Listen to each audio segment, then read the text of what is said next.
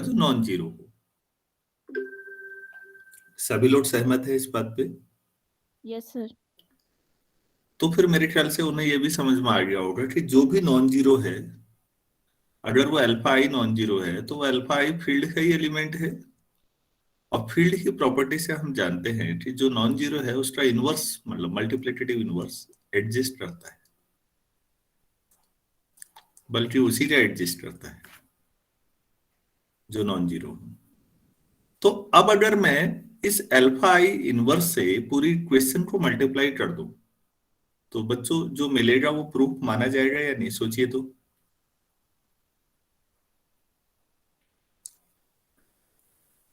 Yes sir. हमें यह भी समझ में आया कि कुछ वेक्टर्स अगर हैं और ये पूरा कलेक्शन लीनियरली डिपेंडेंट है, तो जिन जिन का कोफिशिएंट नॉन जीरो है, जिन वेक्टर्स का कलेक्शन कोफिशिएंट नॉन जीरो है, वो वेक्टर बाकियों के लीनियर कॉम्बिनेशन की फॉर्म में लिखे जा सकते हैं।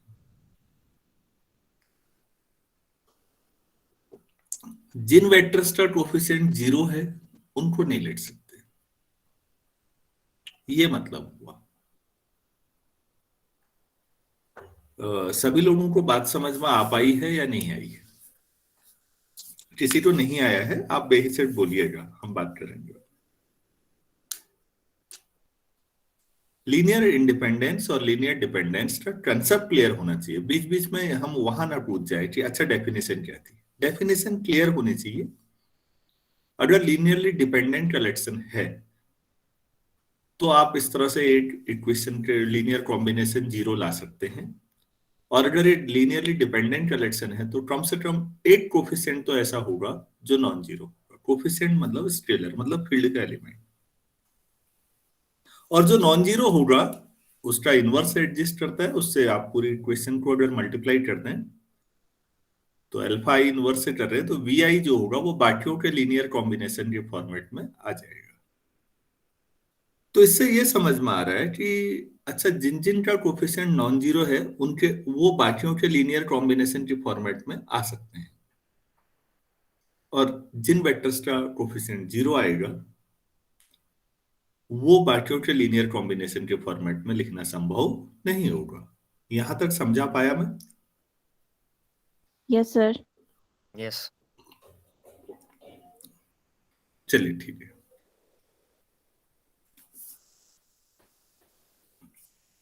अगर मेरे पास कोई वेक्टर्स का कलेक्शन है और ये पूरा कलेक्शन लीनियरली इंडिपेंडेंट है, यही कलेक्शन फिर लिख दे रहा हूं वीएन तक, और मैं कह रहा हूं कि ये लीनियरली इंडिपेंडेंट है। अब मैंने इसका कोई सबसेट ले लिया, सपोज ये एस है और S1 ले लेता हूं जो एस का सबसेट है। तो S1 की लीनियर इंडिपेंडेंस पे कुछ कह सकते हैं? लीनियरली इंडिपेंडेंट होगा। अच्छा,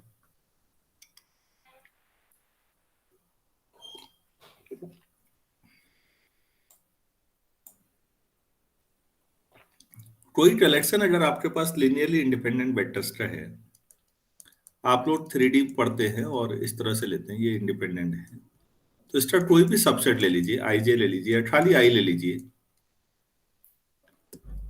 ये भी लीनियरली इंडिपेंडेंट होंगे। इसमें कोई डाउट तो नहीं है किसी बच्चे को?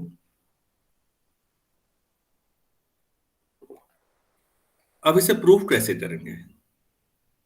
आप लोग नोट्स में ये खुद ही लिख सकते हैं कि if this is a collection of linearly independent vectors and any subset of S is also linearly independent collection.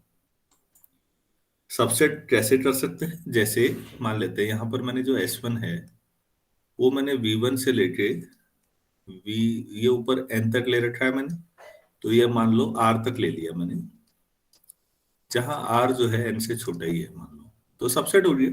ठीक है, तो अब इन वेक्टर्स के बारे में अगर मैं सोच रहा हूं alpha 1 V1 alpha R VR और मैं इनको जीरो लिख रहा हूं मान लेते हैं,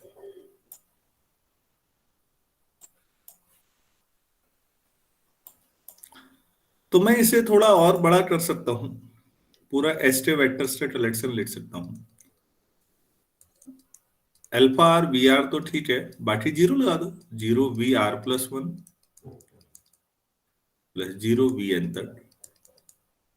और क्योंकि जो ये सब एस्टे वेक्टर्स हैं और सब लीनियरली इंडिपेंडेंट हैं, सारे अल्फा जीरो हो जाएंगे।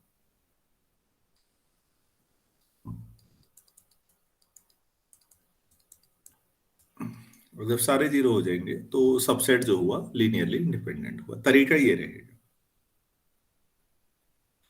कोई लीनियरली इंडिपेंडेंट कलेक्शन है तो उसके सुपरसेट के बारे में निश्चित तौर पर कुछ बोल सकते हैं? No No, sir. sir. नहीं बोल सकते।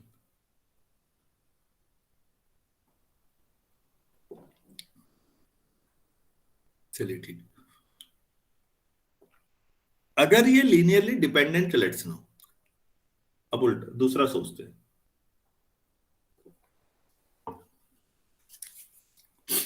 मेरे पास कोई कलेक्शन है जो लीनियरली डिपेंडेंट है,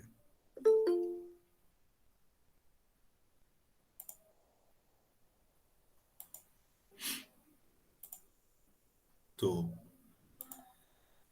मैंने एक कलेक्शन ले लिया वही एस, और ये V1 से लेके Vn तक है, और ये कलेक्शन लीनियरली डिपेंडेंट है। और मान लेता हूं कि S का सुपरसेट है T। T में जो वेक्टर्स है, S वाले वेक्टर तो हैं ही, हो सकता है कुछ और वेक्टर भी हों। तो आप इस बारे में क्या कहना चाहेंगे T के बारे में? Linearly dependent. तो ठीक हो गया। तो अगर कोई लीनियरली डिपेंडेंट कलेक्शन है वेक्टर्स का, तो उसका हर सुपरसेट भी लीनियरली डिपेंडेंट कलेक्शन ही होगा। इसे प्रूफ करना आसान है या कोई दिक्कत है आप लोगों को? नहीं समझ में आता किसी बच्चे को तो बेहिचक कहिए।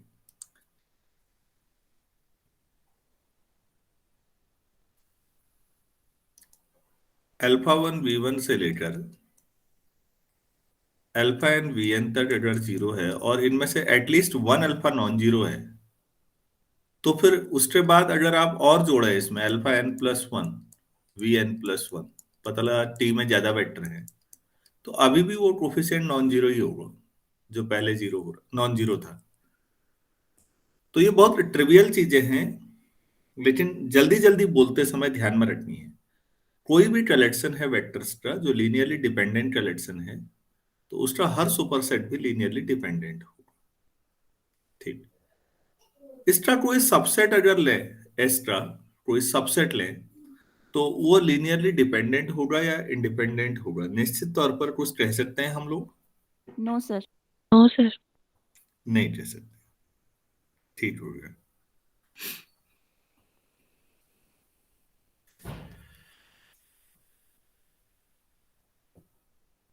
अच्छा, यहाँ पर मैंने पिछली बार भी कुछ चीजें बताई थी बेसिस कंस्ट्रक्शन के लिए हमें चाहिए, तो मैं एक बार रिकॉल करा रहा हूँ सारी चीजें। ये काफी अच्छा रिजल्ट है बच्चों, मैं इसका एप्लीकेशन भी कराऊंगा आप लोगों को। पहले भी कराया था लेकिन मैं मान के चल रहा हूँ भूल गए होंगे। मेरे पास कोई वेक्टर स्पेस है, मान लेते हैं V F, be a vector space.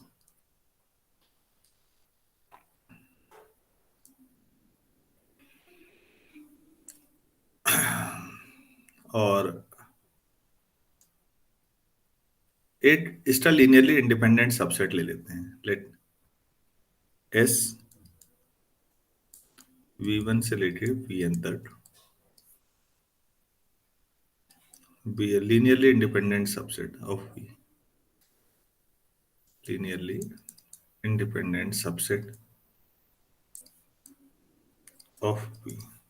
ठीक, एक स्मॉल v है जो V का ही कोई दूसरा वेक्टर जो S में नहीं है, S में नहीं है, और V में से कोई वेक्टर उठाया,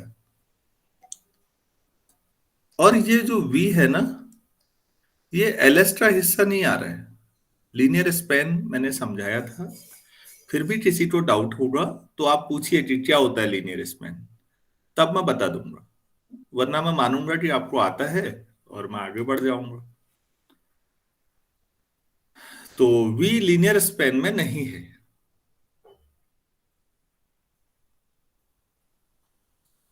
देन इसको कुछ नया नाम देते हैं, S1 नाम दे देते हैं। अब S1 में 8 तो V हो गया, बाकी सब वही थे जो पहले से थे। V1 Vn is also linearly independent।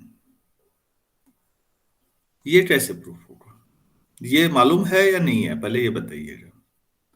और बेसिस कंस्ट्रक्शन का यही तरीका होगा। ये काफी महत्वपूर्ण रिजल्ट है। क्या मैं पहले बात कर चुका हूं इस पर या नहीं? जिस बच्चे को यस सर। नहीं आता है बेहिचक कहिएगा कि नहीं आ रहा है सर, हमें याद नहीं आ रहा है, कोई बात नहीं, मैं आपका टेस्ट नहीं ले रहा हूं बच्चों। लेकिन आप कम से कम इतना तो बता सकते हैं कि सर हमें नहीं आ रहा है, तो कहे ताकि तो मैं बताऊं पूरा। हाँ कार्तिक बताया था। यस सर, ये एक बार बता के। अच्छा, तो सारे लोगों को क्लियर है मतलब।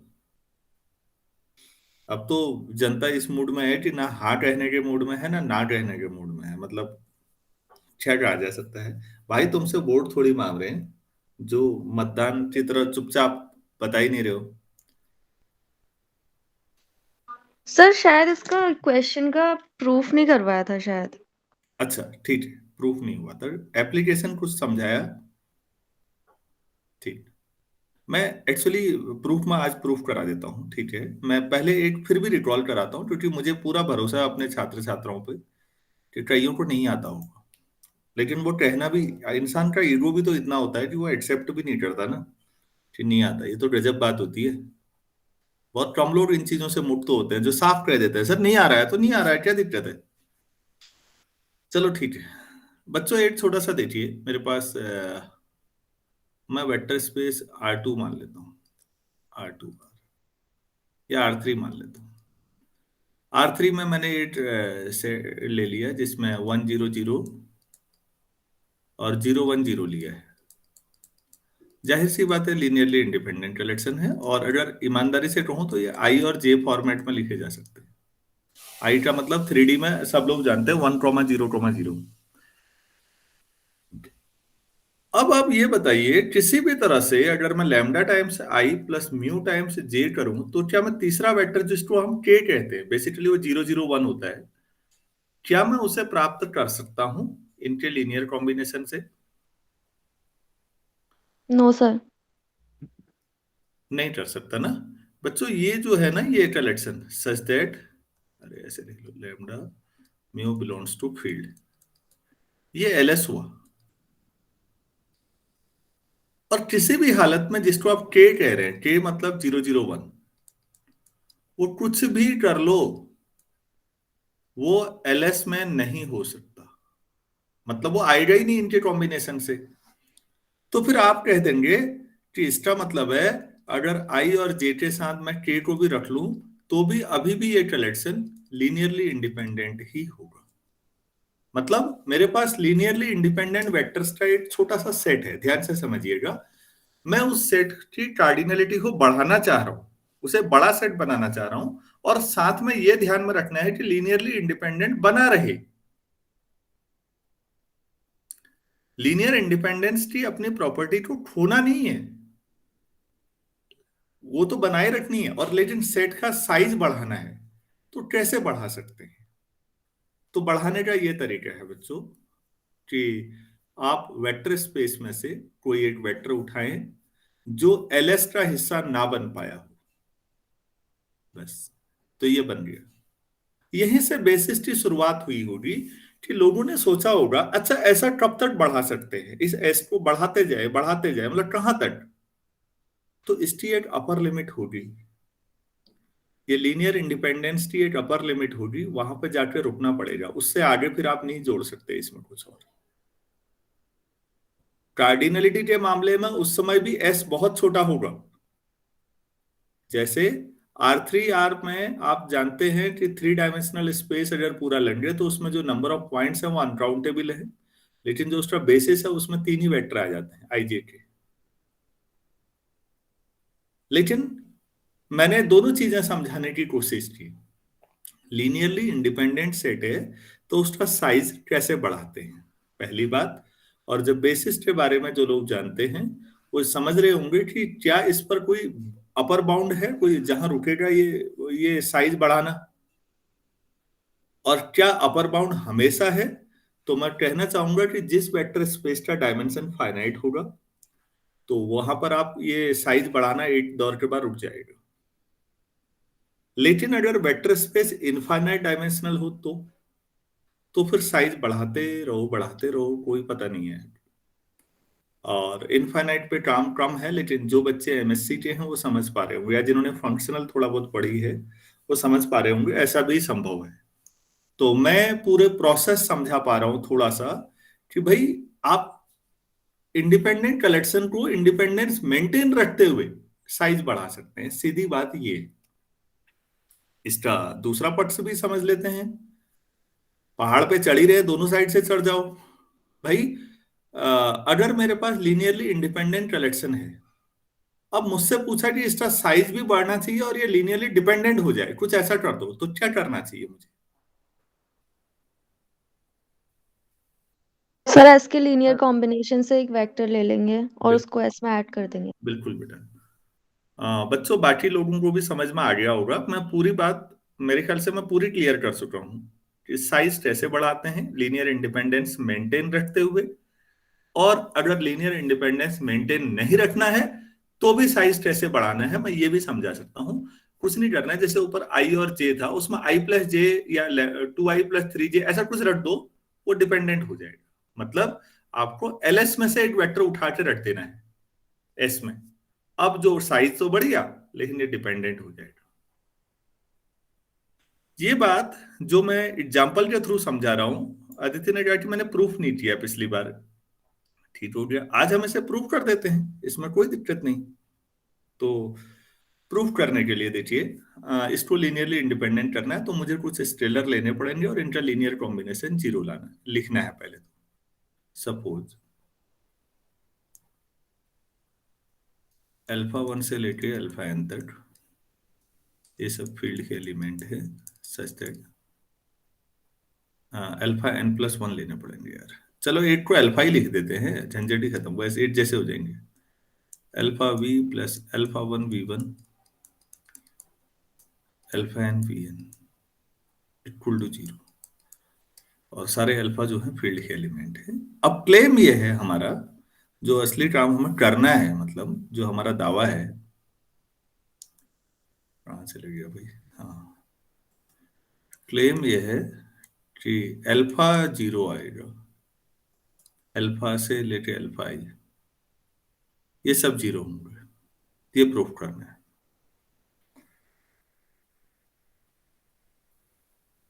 तो ये कैसे किया जाए?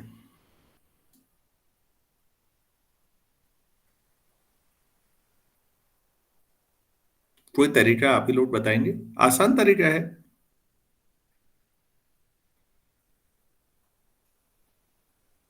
सर अल्फा वी को No. राइट हैंड साइड ले जाएंगे तो वी लीनियर कॉम्बिनेशन और अल्फा इनवर्स से पूरी इक्वेशन को मल्टीप्लाई करेंगे तो वी लीनियर कॉम्बिनेशन आ जाएगा, बिल्कुल v1 से लेके vn तक का कॉन्ट्रडिक्शन मिल जाएगा। बस हो गया, 2 लाइन का छोटा सा। तो बच्चों ये अगर आप टच में बने हुए हैं चीजों के तो कुछ नहीं है, α v equal to minus α1v1 minus and so on minus αn(vn). और अगर आप कहते हैं कि if alpha is non zero तो फिर वही बात, अल्फा इनवर्स से एडजस्ट करेगा। अब मैं सीधे अल्फा इनवर्स से दोनों साइड ऑपरेट कर दे रहा हूँ और एसोसिएटिविटी ऐसा लिख दे रहा हूँ, तो यहाँ भी minus alpha inverse α1 v1 minus and so on, कुछ नहीं है उसमें, अल्फा इनवर्स αn(vn). तो v इक्वल टू आ जाएगा आपके पास यहाँ पर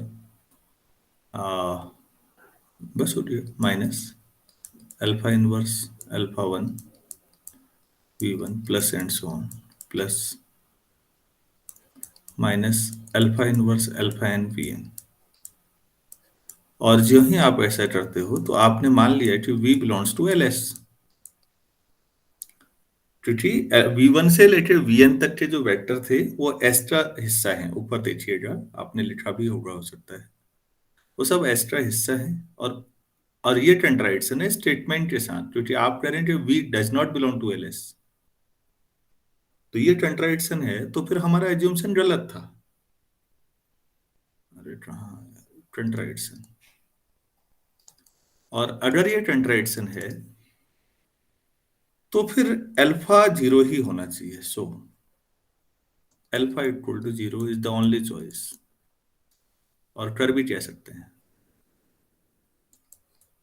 अगर अल्फा 0 है तो 1 में रख दीजिए, फ्रॉम 1। तो अब आपके पास अल्फा 0 है, तो पहली टर्म में लिख ही नहीं रहा हूं, तो मैं बाकी लिख रहा हूँ केवल अल्फा 1 v1 से लेके अल्फा एन वी एन तक 0। लेकिन आपने कहा था कि ये सारे वेक्टर तो लीनियरली इंडिपेंडेंट है, तो अल्फा 1 से लेके ये सब 0 भी आएंगे, ये भी 0 ही आएंगे, मतलब as S is linearly independent relation of vectors.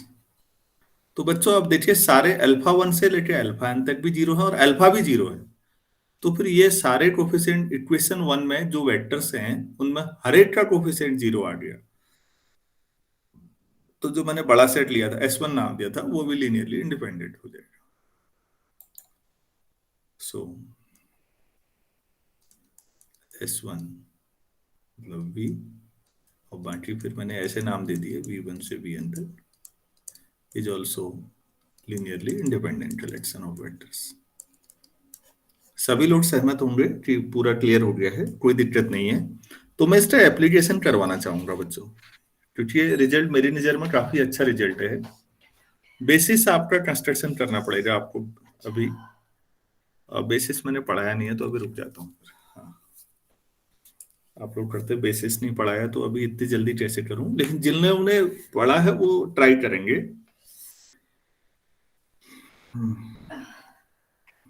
तो बस ये महत्वपूर्ण क्यों है ये समझा दिया मैंने, कि इसकी इंपॉर्टेंस यही है कि इंडिपेंडेंस बनाए रखते हुए सेट को और बड़ा कैसे बनाया जाए, ये बनाते। जैसे सब स्पेस से नए सब स्पेस कैसे बनाए जा सकते हैं, और कई चीजें मैंने ऐसे पहले बताई थी।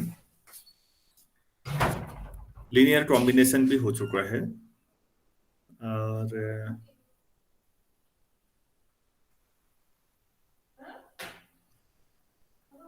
इसमें ऐसी कोई चीज जो मैंने ना बताई हो, फील्ड के ऊपर वो तो मैंने बता दिया था। तो मुझे लगता है मुझे बेसिस डिफाइन करना चाहिए यहाँ पर, कुछ नहीं है, फालतू टाइम जा रहा है। तो basis,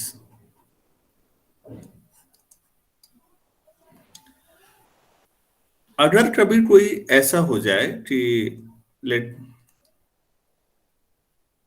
S be linear independent collection of vectors और वेक्टर किसके हैं, ऑफ वीएफ, सच दैट आप जब एलएस करें पूरा स्पेन, तो पूरा वीएफ जनरेट हो जाए। Then S is a basis. S is the basis लिखना चाहिए, S is a basis. Sir अब बेसिस। क्योंकि हम देखेंगे बाद में, अब मालूम भी होगा इतना सबको कि बेसिस यूनिक नहीं होता, कई सारे बेसिस हो सकते हैं। S is a basis of, और S में जो S की जो कार्डिनलिटी है, मतलब नंबर ऑफ एलिमेंट, सॉरी ये सेट है तो इसकी कार्डिनलिटी ऐसे दोनों साइड ले सकते हैं। इसमें भी क्योंकि वेक्टर है तो number of vectors in S, इसको हम लोग नया नाम देंगे बच्चों, और इसको हम डायमेंशन कहते हैं। तो डायमेंशन ऑफ वीएफ, और यहाँ पर हम ऐसा डायमेंशन डिफाइन करके जो हमारी समझ में आज तक डायमेंशन का ज्योमेट्रिकल पर्सपेक्टिव है उससे मुक्त हो गए। अभी तक हमारी नजर में डायमेंशन मतलब ज्योमेट्री, मतलब 1 डायमेंशन 2 डायमेंशन, तो दिमाग में पिक्चर बनती है, हम उससे मुक्त हो चुके हैं। ज्योमेट्रिकल, मैं फिर बार बार कहता रहता हूं, मैथ्स में ज्योमेट्री बहुत पुरानी ब्रांच है, हर चीज हमें ज्योमेट्रिकल शुरू में नजर आती है। मैथमेटिशियंस ने ज्योमेट्रिकल पर्सपेक्टिव से मुक्त किया है आपको बहुत सारी जगह। इंटीग्रेशन ज्योमेट्रिकल, कर्व और एक्स एक्सिस के बीच का एरिया, रीमान ने उससे मुक्त होने की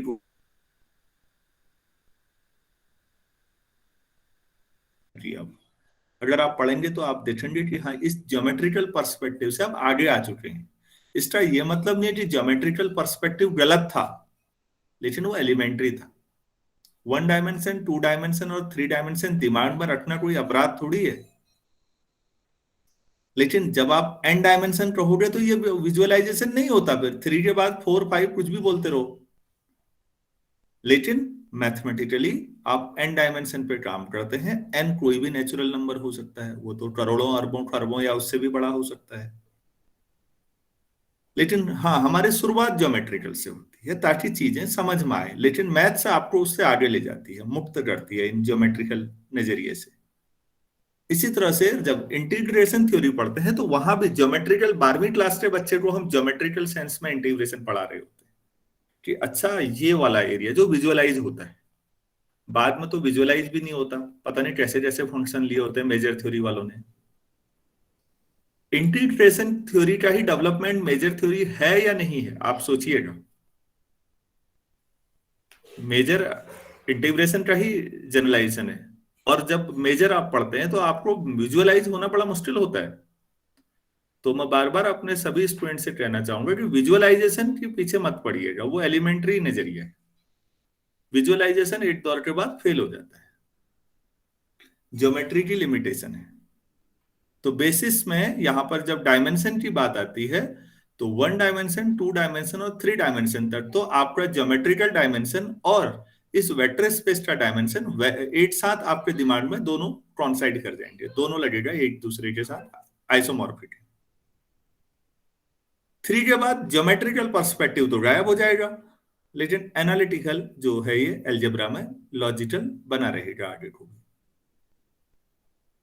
भाई मैं जो समझा रहा हूं कोई यूजफुल लगा आपको या मैं खाली बोले जा रहा हूं? यस सर, यूजफुल था। अगर बात समझ में आती है तो ये यूजफुल था, वरना बकवास था, सीधी बात ये है। ठीक, तो जैसे टेंसर जब बच्चे पढ़ते हैं तो वो बात करते हैं कि कोवेरिएंट और कॉन्ट्रावेरिएंट टेंसर 1 to 3 डायमेंशन तक तो एक ही जैसे होते हैं। बेसिकली 3 डायमेंशन तक तो हम विजुअलाइज भी करते हैं, वहां तक कोई अंतर भी नहीं है। लेकिन उसके बाद अगर आपने पढ़ा होगा एमएससी में तो आपने रियलाइज किया होगा कि फिर वो वेरी करते हैं, वो अलग हो जाते हैं दोनों। ऐसा पढ़ा है नहीं? टेंसर कब था, किस सेमेस्टर में है? सर सेकंड सेम में था एमएससी में। हाँ, तो आपने 3 डायमेंशन तक, मैं फिर कह रहा हूं, there is no difference between contravariant and covariant tensor.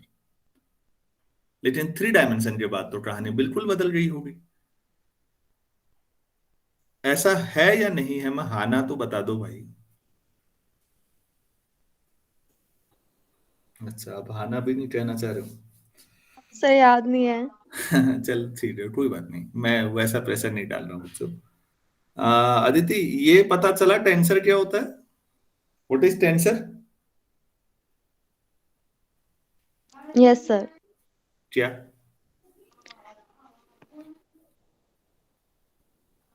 घबराओ मत, नहीं आता कोई बात नहीं बेटा, मेरा उद्देश्य कभी भी किसी को ह्यूमिलिएट करना नहीं होता, मैं तो वैसे ही लाइट मूड में पूछ रहा हूँ। आता सर है? अभी डेफिनेशन बन नहीं रही है। कोई बात नहीं, कोई और? कार्तिक आप? एक डेफिनेशन तो ये थी कि सर जो वेक्टर भी नहीं होता और स्केलर भी नहीं होता सर, शायद ये फिजिक्स में होती है। हाँ, नहीं नहीं, फिजिक्स में तो मैथ्स की अधिकतर चीजों का एप्लीकेशन है। ये लीनियर अलजेब्रा का पूरा एप्लीकेशन क्वांटम मैकेनिक्स में अच्छा खासा एप्लीकेशन है। दोज क्वांटिटीज, जैसे 11th के बच्चे को जब आप फिजिक्स पढ़ाते हैं ना, तो आप कहते हैं कि फिजिकल क्वांटिटीज को हम 2 कैटेगरी में बांटते हैं, ऐसा बोलते हैं या नहीं? Yes sir. ठीक है, ऐसा हम बोलते हैं 11th में। लेकिन एक्चुअल में जब आप थोड़ा डीप जाते हैं तो आप महसूस करते हैं कि कई क्वांटिटीज ऐसी हैं जो इस ढांचे में फिट नहीं बैठती, जो ना तो वेक्टर हैं पूरी तरह, ना टेंसर हैं। अब उनका क्या करोगे आप? जो ना वेक्टर है और कई बच्चों ने सोचा ही नहीं होता कि यार है ऐसा भी होता है। हाँ, तो बच्चों मैं एक बहुत फेमस एग्जांपल ले लेता हूँ। मोमेंट ऑफ इनर्शिया सबने पढ़ा होगा, हिंदी में जड़त्व आघूर्ण है। ये क्वांटिटी हम इसको आई से दिखाते हैं। ये क्वांटिटी ना तो वेक्टर है और ना ही स्केलर है पूरी तरह। आप कहेंगे ऐसा कैसे कह सकते हैं आप? देखिए मैं कैसे कह रहा हूं आपको समझा रहा हूं। उसके लिए हमें वेक्टर और स्केलर की डेफिनेशन क्लियर होनी चाहिए। स्केलर के मामले में तो यह है कि डायरेक्शन का कोई मीनिंग ही नहीं है। किसी भी डायरेक्शन में डायरेक्शन के इंडिपेंडेंट हो जो चीज, केवल मैग्नीट्यूड हो। फॉर एग्जाम्पल अभी टाइम जैसे मेरे लैपटॉप पे 8:08 हो रहा है। अब इसका मतलब इसकी डायरेक्शन का कोई मीनिंग नहीं है। कहाँ को बताऊं? अगर मेरे कमरे या आपके कमरे में जो भी टेम्परेचर है, टी केल्विन अभी टेम्परेचर है, तो उसकी कोई डायरेक्शन का कोई मीनिंग नहीं है। तो डायरेक्शन के इंडिपेंडेंट है। कमरे में अगर टी केल्विन टेम्परेचर है तो वो टी केल्विन की डायरेक्शन किसी भी डायरेक्शन में लो, मतलब वो उतना ही है कमरे में अगर आप हैं तो डायरेक्शन के इंडिपेंडेंट है स्केलर। क्लियर है इतना? Yes sir. लेकिन बच्चों मोमेंट ऑफ इनर्शिया जो है, अगर मैं किसी इलिप्टिकल लैमिना का ले लूं जैसे, तो मेजर एक्सिस के अबाउट अलग आएगा, माइनर एक्सिस के अबाउट अलग आएगा, और अगर ऊपर को मैं ऐसे जेड एक्सिस ले लूं तो अलग आएगा। तो अलग अलग डायरेक्शन में अलग अलग मोमेंट ऑफ इनर्शिया हो रहा है। तो क्या ये स्केलर हुआ?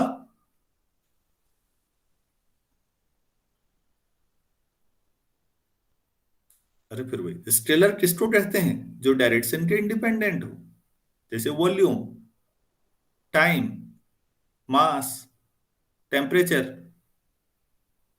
ये तो डायरेक्शन पे वेरी करता है। एक्स एक्सिस के अलोंग इसका अलग आता है moment of inertia. I equal to, जहां तक मुझे याद है, 1/4 mv² टाइप का आता था। आई एक्स एम मास है और इसकी equation x² upon a² plus y² upon b² equal to 1 कर रहा हूं मैं। एक्स वाई प्लेन में रखा है तब है। ऐसे आई वाई और थ्योरम ऑफ परपेंडिकुलर एक्सिस से आई जेड दोनों का सम हो जाएगा। तो मैं पूछ रहा हूं क्या ये डायरेक्शन पे डिपेंड कर रहा है? तो क्या ये स्केलर हो सकता है moment of inertia? No sir. नहीं हो सकता। मतलब क्यों नहीं ये स्केलर है? ये सभी लोगों को क्लियर हुआ? Yes sir. Yes sir. अच्छा, अब दूसरा शब्द आप लोग कहते हैं कि वेक्टर किसको कहते हैं? तो बेटा एक चीज आप लोगों ने पढ़ी है, वेक्टर में एक बड़ी महत्वपूर्ण प्रॉपर्टी है ट्रांसलेशन। वेक्टर में एक बहुत ही इंपॉर्टेंट प्रॉपर्टी है और बहुत बच्चों वाली लगती है, किसी को समझाओ। जैसे ये आपने कहा कि ये वेक्टर है, ठीक है साहब, मैंने कहा ऐसा करते हैं, इसको इसी डायरेक्शन में यहां पर बना लेते हैं। तो आपने कहा ठीक है कोई दिक्कत नहीं है, ऐसा बना लो। तो ये आपने ट्रांसलेट किया या नहीं?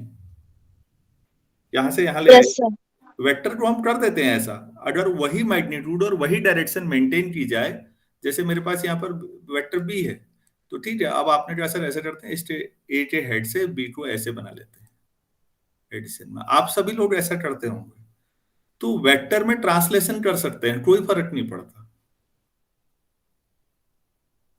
सभी लोगों को मैं समझा पाया वेक्टर की एक खास प्रॉपर्टी? Yes sir. हाँ जी। लेकिन बच्चों ये प्रॉपर्टी ना मोमेंट ऑफ इनर्शिया में नहीं लगेगी।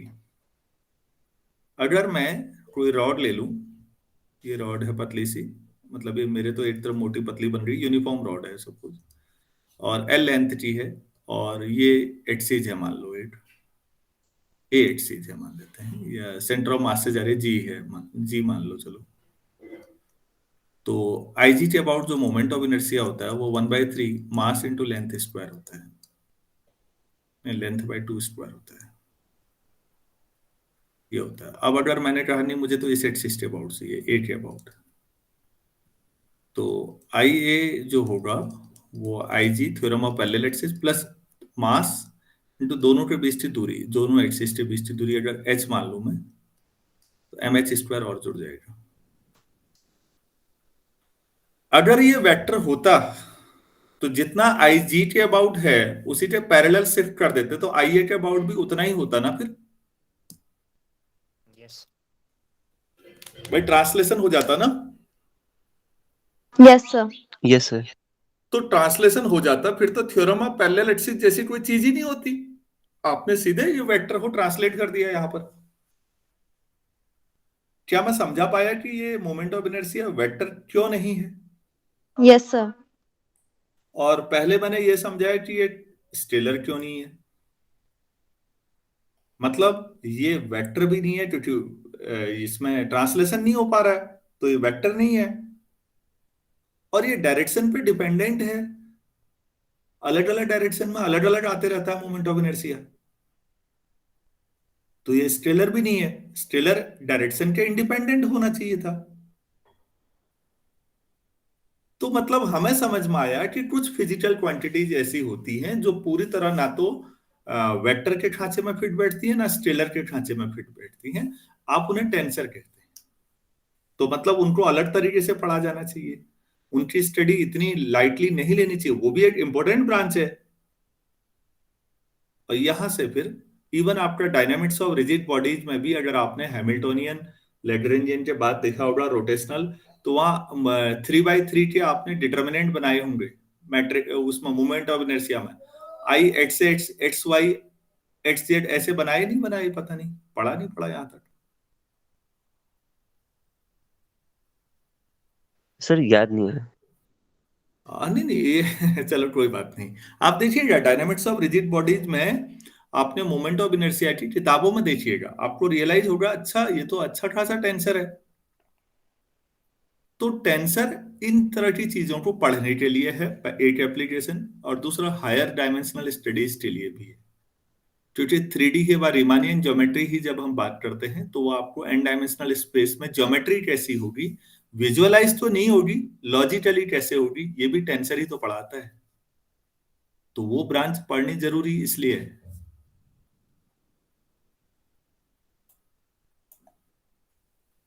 तो मैं कहाँ भटक गया यार?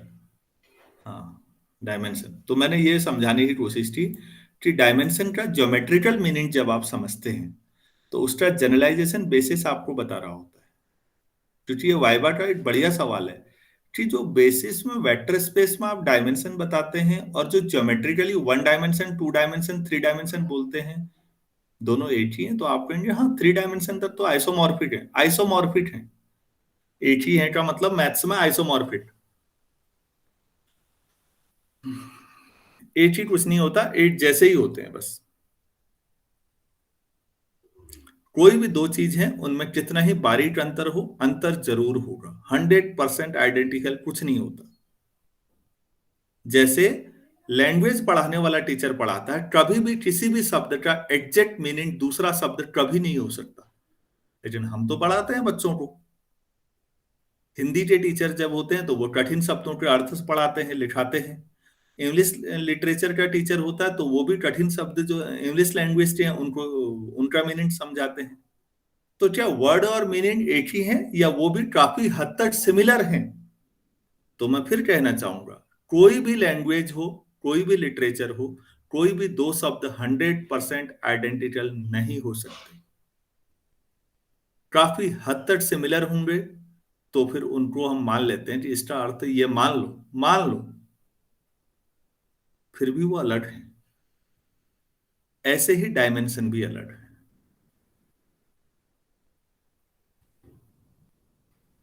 पता नहीं फिलोसॉफिकल ज्यादा हो रहा है तो डाइजेस्ट हो रहा है कि नहीं हो रहा है, मुझे ये डाउट होता था कभी कभी। और सही बता रहा हूं बच्चों, कई बार मुझे ये भी लगता है कि मैं इस प्रेजेंट जनरेशन को पढ़ाने के लिए सही टीचर हूं या मैं ऑब्सोलीट होने जा रहा हूं। ऑब्सोलीट का मतलब होता है अप्रासंगिक, अब जिसका कोई उपयोग नहीं है इस समाज में, कोई जरूरत नहीं है, टू द पॉइंट पढ़ाओ छुट्टी। ऐसा भी लगता है मुझे कि मैं खुद ही शायद ऑब्सोलीट भी हो रहा हूं अब धीरे धीरे। नो सर, हमें बहुत सी नई चीजें जो पता नहीं है आपसे पता चलती हैं। धन्यवाद बेटा, लेकिन ऐसी जानने वाली इच्छा अब कम बच्चों की होती है। अधिकतर बच्चों को लगता है टू द पॉइंट पढ़ाओ, क्यों बोल रहे हो इतना, तब मुझे लगता है कई बार। अच्छा चलिए देखिए, हम लोगों ने कहा कि लीनियर इंडिपेंडेंट रिलेशन है, वो बेसिस है हमारे पास। ठीक हो गया। बेसिस में बच्चों अब एक चीज आती है, बेसिस क्या करता है?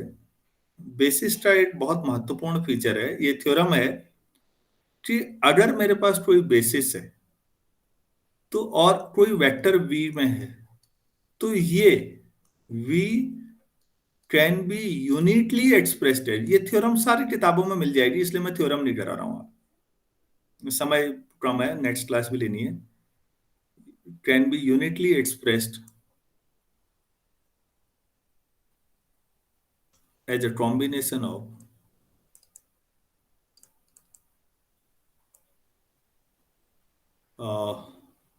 Vectors of S. एस कोई बेसिस है, वो ऊपर वाली लैंग्वेज ही है, मैं खाली लिख रहा हूं। तो बेसिस से क्या फायदा होता है, पूरा वेक्टर स्पेस जानने की क्या जरूरत है। आप उस वेक्टर स्पेस में वो कलेक्शन पकड़िए जिससे आप वेक्टर स्पेस जब चाहे पूरा जनरेट कर सकते हैं। तो जो असली चाबी है वो बेसिस है, चाबी को पकड़े रखो। वेक्टर स्पेस तो इनफाइनाइट पॉइंट्स हैं, उसमें काउंटेबली इनफाइनाइट है, अनकाउंटेबल है, सॉरी अनकाउंटेबल है। तो आप 3 डायमेंशन, 2 डायमेंशन, 1 डायमेंशन भी लेते हो तो भी आप समझते हो ठीक पूरे रियल लाइन में अनकाउंटेबल पॉइंट्स हैं। लेकिन जो बेसिस है वो तो 1 पॉइंट या 2 पॉइंट या 3 पॉइंट में शामिल हो जा रहा है। तो कितना आसान हो गया सोचिए समझने के लिए। दूसरी बात इसमें ये बड़ा महत्वपूर्ण पॉइंट है कि ये यूनिक वे में बेसिस जो होता है वो पूरे वेक्टर स्पेस के हर वेक्टर को यूनिक वे में एक्सप्रेस कर सकता है। अच्छा, तो आप कहेंगे साहब इस यूनिट का फायदा क्या है, या फिर यूनिट अगर ना ले तो क्या होगा। तो अगर यूनिट वे में हटा दिया जाता है तो फिर या लीनियर इंडिपेंडेंस जो है ना वो यूनिट को तय करती है। मैं रिपीट कर रहा हूं, वेक्टर्स के लीनियर इंडिपेंडेंट होना बेसिस में क्यों जरूरी था। जब आप ये कह रहे हैं ना, आप एक बात ध्यान से समझिए, आपसे ये सवाल बहुत अच्छा पूछा जा सकता है किसी इंटरव्यू में, अरे यार जब पूरा ये वी को जनरेट कर रहा है तो इसको सीधे सीधे बेसिस क्यों नहीं कह रहे हो, लीनियर इंडिपेंडेंस के पीछे क्यों पड़े हुए हो, तुम्हारा काम तो चल ही रहा है ना, पूरा वेक्टर स्पेस जनरेट तो हो ही रहा है, फिर लीनियर इंडिपेंडेंस के पीछे क्यों पड़े हो। लीनियर इंडिपेंडेंस आपको यूनिक एक्सप्रेशन के लिए एश्योर करती है। अगर लीनियरली इंडिपेंडेंट है बेसिस जो होता है तो ये गारंटी देता है, मैं रिपीट कर रहा हूं, ये गारंटी देता है कि वेक्टर स्पेस का हर वेक्टर यूनिक वे में रिप्रेजेंट किया जाएगा। मैं समझा पा रहा हूं? Yes sir. अगर आपने कहा कि सर लीनियर इंडिपेंडेंस नहीं है, छोड़ो, केवल बस LS इक्वल टू V है, तब क्या होगा, तब बच्चों वेक्टर स्पेस का जो वेक्टर है उसके एक से ज्यादा रिप्रेजेंटेशन भी हो सकते हैं। अब आप कहेंगे सर इससे घाटा क्या है, कोई फायदा भी है इससे। बिल्कुल, इससे बहुत फायदे हैं। मैं रिपीट कर रहा हूं, इससे भी बहुत फायदे हैं बच्चों, उसके भी अपने फायदे हैं, वो तो हम लीनियर अलजेब्रा में पढ़ेंगे। ये मैं थोड़ा सा आइडिया दे देता हूं। यहां से एक नई ब्रांच डेवलप होती है, इसको फ्रेम थ्योरी कहते हैं। ये सिग्नल प्रोसेसिंग में काम आती है। जो सिग्नल्स हैं वो काफी स्ट्रांग होने चाहिए। स्ट्रांग होने के लिए उनका रिपीटेशन होना भी जरूरी है, उनका डुप्लीकेशन भी जरूरी है। तो वहां पर यूनिटनेस नहीं चाहिए। जब कोई भी सिग्नल सैटेलाइट से आ रहे हैं तो वो आपके इलाके में हर जगह, हर पेड़ पौधे, पत्ती, फूल, पत्थर, जमीन सब जगह पड़ रहे हैं, पानी, लेकिन मोबाइल तो कुछ ही लोगों के पास है, उतना यूज हो रहा है, बाकी सारे सिग्नल जमीन में हर समय बर्बाद हो रहे हैं। इतना बड़ा डेटा प्रोडक्शन के लिए आपको यूनिटनेस नहीं चाहिए। तो फ्रेम थ्योरी यहां से स्टार्ट होती है लीनियर अलजेब्रा में कि आप केवल LS इक्वल टू V उठाइए बस, बेसिस नहीं, वो सेट जो वेक्टर स्पेस को जनरेट कर दे, बस हो गया। तो उससे क्या होगा, एक ही वेक्टर के ढेर सारे रिप्रेजेंटेशन होते हैं, उनको डुप्लीकेट करते रहिए, सिग्नल बहुत स्ट्रॉन्ग हो जाएंगे। सिग्नल प्रोसेसिंग, सिग्नल थ्योरी, इसके बारे में कभी जानना हो, जो लोग हल्द्वानी नैनीताल वाले हैं, तो नैनीताल में प्रोफेसर MC जोशी सर के अंडर अभी जो PhD कर रहे हैं बच्चे, उनमें से 2 लोग कर रहे हैं शायद। एक तो चेतना मेहरा है जो नेट JRF भी है लड़की, वो सर के अंडर PhD कर रही है। एक आध कोई और भी है शायद जो फ्रेम थ्योरी पे PhD कर रहे हैं। ये यहीं पर भी पॉसिबल है हमारे यहाँ, मैं ये बताना चाह रहा हूँ आप लोगों को। ये नई ब्रांच यहां से शुरू हो जाती है। फिर मैं बहुत समय तक, जब मैंने शुरू में सर ने कहा, मैंने पढ़ा ये कुछ महीने, 2 महीने 3 महीने, फिर मुझे लगा ये नया है। उस समय थोड़ा सा मुझे जल्दी करनी थी तो मैं रिस्क नहीं उठा पाया। बाद में लगा कि किया जा सकता था, तो मैंने फिर एनालिसिस में ही अपना काम आगे बढ़ाया, क्योंकि मुझे थोड़ा बहुत जो भी आता है वो एनालिसिस में मैं कॉन्फिडेंट रहता हूँ ज्यादा। लेकिन ये भी किया जा सकता था काम। तो आप में से बहुत सारे हो सकता है लोगों ने पीएचडी एंट्रेंस दिया हो। कल ही तो हुआ है शायद, कल है परसों, परसों। तो मैंने सोचा एक ब्रांच ये भी बताई जाए। तो बेसिस के बारे में ब्रॉड आइडिया मैंने ज्यादा दिया है, और बेसिस में लीनियर इंडिपेंडेंस हटाने से एक ब्रांच वो भी डेवलप होती है, वो भी एप्लीकेशन है सिग्नल प्रोसेसिंग में। तो अभी इतना ही करते हैं, कल इसको आगे बढ़ाते हैं। प्लीज अब डायमेंशन का जब नजरिया होगा तो ज्योमेट्रिकल छोड़ दीजिएगा। दूसरा, एलएस के बारे में अभी और काम करना है, बेसिस पे थोड़ा सा कंसेप्चुअल काम और करना है। ये बेसिस जो है ये जैसे लीनियर स्पैनिंग सेट है, प्लीज ध्यान दीजिएगा। चलो मैं इतना थोड़ा सा और देता हूं टाइम। अगर आप कहेंगे कोई वेक्टर स्पेस है, उसका वी करें तो क्या मिलेगा, तो वी ही मिलेगा। वी में से एक एलिमेंट हटा दिया, एक हटाया बस, अब तो भी वी ही मिलेगा, कोई बात नहीं। करते करते करते लास्ट में ये आया, ये भी वी मिला। अब इसके बाद इसमें से भी एक एलिमेंट हटाया, तो अब वी नहीं मिलेगा। अब वी का एक हिस्सा डेवलप हो सकता है, लेकिन पूरा वी डेवलप नहीं होगा।